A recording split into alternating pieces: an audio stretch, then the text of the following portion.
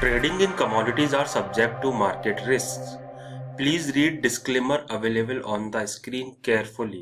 Hello viewers, आज के oil and oil seed complex outlook में हमारा चर्चा का विषय रहेगा palm oil and mustard. Palm oil के अंदर हमने लास्ट 7 डेज के अंदर वोपिंग 22.6% का करेक्शन देखा है एंड प्राइसेस लास्ट फ्राइडे को 4 वीक के लोएस्ट लेवल पर नजर आए। इंडोनेशिया ने जो डीएमओ पॉलिसी को स्क्रैप किया उसका सीधा सीधा इम्पैक्ट हमने प्राइसेस के अंदर आते हुए देखा। अभी शॉर्ट टर्म में प्राइसेस वीक रहेंगे क्योंकि फर्स्ट टाइम हमने देखा है इस ईयर में price Origo trend reversal point के नीचे क्लोज दिए हैं, विच मींस शॉर्ट टर्म में प्राइसेस का आउटलुक रहेगा sideways to downward and possibility है मलेशियन मार्केट के अंदर prices 5350 in the coming days देखने को मिले। Now coming to the key factors, last Friday को हमने देखा प्राइसेस में 5% का कट आया एंड प्राइसेस 4 वीक के लो पर गए एंड प्राइसेस ने अपने रिकॉर्ड हाई जो कि 70 to 86 का था वहां से करीबन 22 से 30% का करेक्शन दिया है। Palm oil like other sunflower oil और सोयाबीन ऑयल की तरह हमने देखा था काफी अच्छा रैली आया जब यूक्रेन और रशिया के बीच में वॉर हुआ, जिसकी वजह से सनफ्लावर ऑयल का कहीं ना कहीं ग्लोबल एक्सपोर्ट जो कंसर्न है वो गहराया था। बट सिंस नेगोशिएशन स्टार्ट हुआ बोथ द कंट्रीज के बीच में, यूक्रेन और रशिया के बीच में, कहीं ना कहीं मार्केट में रिस्क प्रीमियम कम हुआ और हमने सप्लाई कंसर्न ईज होते हुए देखा, जिसकी वजह से प्राइसेस में करेक्शन आया। Then there was a emerging talk in the market कि इंडोनेशिया जो डीएमओ पॉलिसी है जिसके अंदर 30% एक्सपोर्ट कर किया जाएगा, एक्सपोर्टर जो भी एक्सपोर्ट करते हैं उसका कंपल्सरीली 30% उनको डोमेस्टिक मार्केट में स्पेसिफाइड प्राइस पर देना होगा, उसमें चेंज आ सकता है। Then last Thursday and Friday हमने देखा कि इंडोनेशिया ने जो डीएमओ पॉलिसी था उसको स्क्रैप किया, उसको अनल किया, जिसके बाद में हमने देखा प्राइसेस ने एक तरफा गोता खाया एंड फ्राइडे को काफी स्टीपर करेक्शन देखने को मिला प्राइसेस के अंदर। ये स्टेप कहीं ना कहीं जो ग्लोबल सप्लाई है ऑयल एंड ऑयल सीड्स का उसका कंसर्न को ईज करेगा एंड साइमल्टेनियसली इसका नेगेटिव इम्पैक्ट सोयाबीन ऑयल और अदर ऑयल पर शॉर्ट टर्म में देखा जा सकता है। ये स्टेप इस वजह से भी महत्वपूर्ण हो जाता है क्योंकि पाम ऑयल वर्ल्ड के एक्सपोर्ट के अंदर काफी सिग्निफिकेंट शेयर रखता है। अगर पाम ऑयल का एक्सपोर्ट कंसर्न ईज होगा, सर्टेनली ग्लोबल जो सप्लाई टाइटनेस देखी जा रही है इस क्रॉप ईयर के अंदर, इस सेगमेंट के अंदर वो ईज होती हुई नजर आएगी।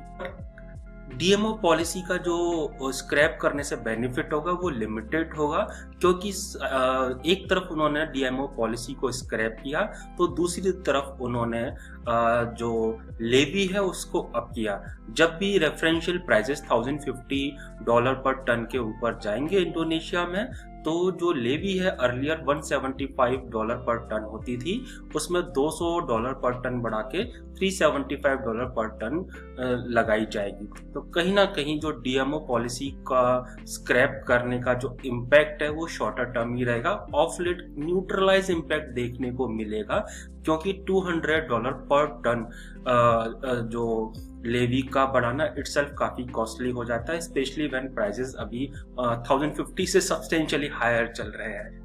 As per initial assessment and my talk with the Malaysian experts and traders, जो पाम ऑयल का प्रोडक्शन है वो मार्च मंथ में बढ़ सकता है।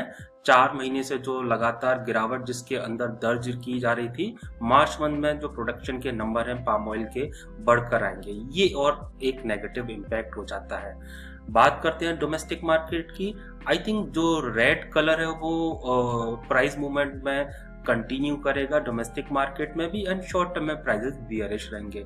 हमने देखा है 1650 पर 10 kg का हाई डोमेस्टिक मार्केट में 1 मार्च को लगा था, तब से लेके अब तक ₹200 पर 10 kg विच इज अराउंड 11.2% का प्राइसेस ने कट दिया है। शॉर्ट टर्म में थोड़ा सा वीकनेस देखने को मिलेगा लाइक इंटरनेशनल मार्केट।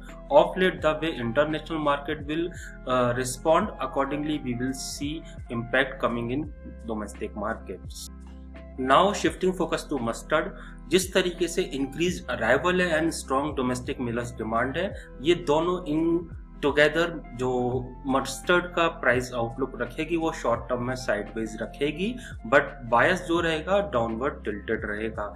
एंड जब तक कि प्राइसेस 7600 के ऊपर जयपुर मंडी में क्लोज नहीं देंगे, पॉसिबिलिटी है 6500 से 7600 का प्राइस बैंड में प्राइस एक्टिविटी हो, एंड ग्रेजुअली हम देखेंगे प्राइस 6500 टू 6000 आएंगे ऑन डाउन। लास्ट थर्सडे को मस्टर्ड के प्राइसेस फ्लैटिश थे, इवन ऑयल के प्राइसेस भी फ्लैटिश थे। अराइवल हमने थर्सडे को सिग्निफिकेंटली डाउन देखा, अराउंड 6,50,000 बैग्स, जो कि previous arrival about 1.45 million bags उसके कंपैरिजन में काफी कम था। और I think prior to this हम जो अराइवल्स देख रहे थे वो 1 मिलियन बैग्स के ऊपर ही देख रहे थे। चूंकि फार्मर्स ने लास्ट 2 इयर्स के अंदर काफी अच्छा प्राइस रियलाइजेशन किया है मस्टर्ड क्रॉप से, एंड दिस ईयर हमारा ऐसा मानना है 7000 के नीचे फार्मर्स अग्रेसिवली अपना माल को मार्केट में नहीं निकालेंगे, और आई थिंक वो माल को होल्ड करने की कोशिश करेंगे in expectation of the better price realization this year as well. क्योंकि जिस तरीके से ऑयल एंड ऑयल सीड का ग्लोबल सप्लाई टाइटनेस है, उसकी वजह से हम डिमांड मस्टर्ड की तरफ शिफ्ट होते हुए देखेंगे। यही कारण है despite the bumper crop which is expected by the market around 11 million turns this year, crop year 2021-22, and हमारा असेसमेंट ये कहता है कि नंबर्स इससे भी ज्यादा हो सकते हैं। अगर उसके हिसाब से हम देखते हैं तो प्राइजेस में ड्रॉप आना चाहिए था, लेकिन सप्लाई टाइटनेस जो अदर सीड एंड ऑयल का है वो कहीं ना कहीं डाउनसाइड इस कमोडिटी के अंदर लिमिटेड रखेगा। And as long as prices are below 7600 which is our TRP point, gradually as said 6500 से 6000 तक प्राइस डाउनसाइड में शॉर्ट टर्म में देखे जा सकते हैं। बट हमारा ऐसा मानना है 6000 के नीचे प्राइसेस नहीं जाएंगे, उसके नियर बाई ही बेस बनना चाहिए, एंड ऑफ लेट ग्रेजुअली इसके अंदर तेजी देखने को मिलेगी। बट द मोमेंट प्राइसेस 7600 के ऊपर क्लोज देते हैं जयपुर मंडी के then in such a case हम नॉर्थवर्ड जर्नी का रिजम्पशन होते हुए देखेंगे, एंड रैली जो होगा वो काइंड ऑफ स्टीपर वन होगा। आज के लिए इतना ही, शुक्रिया। Hope you have liked our video. Don't forget to subscribe and like our channel.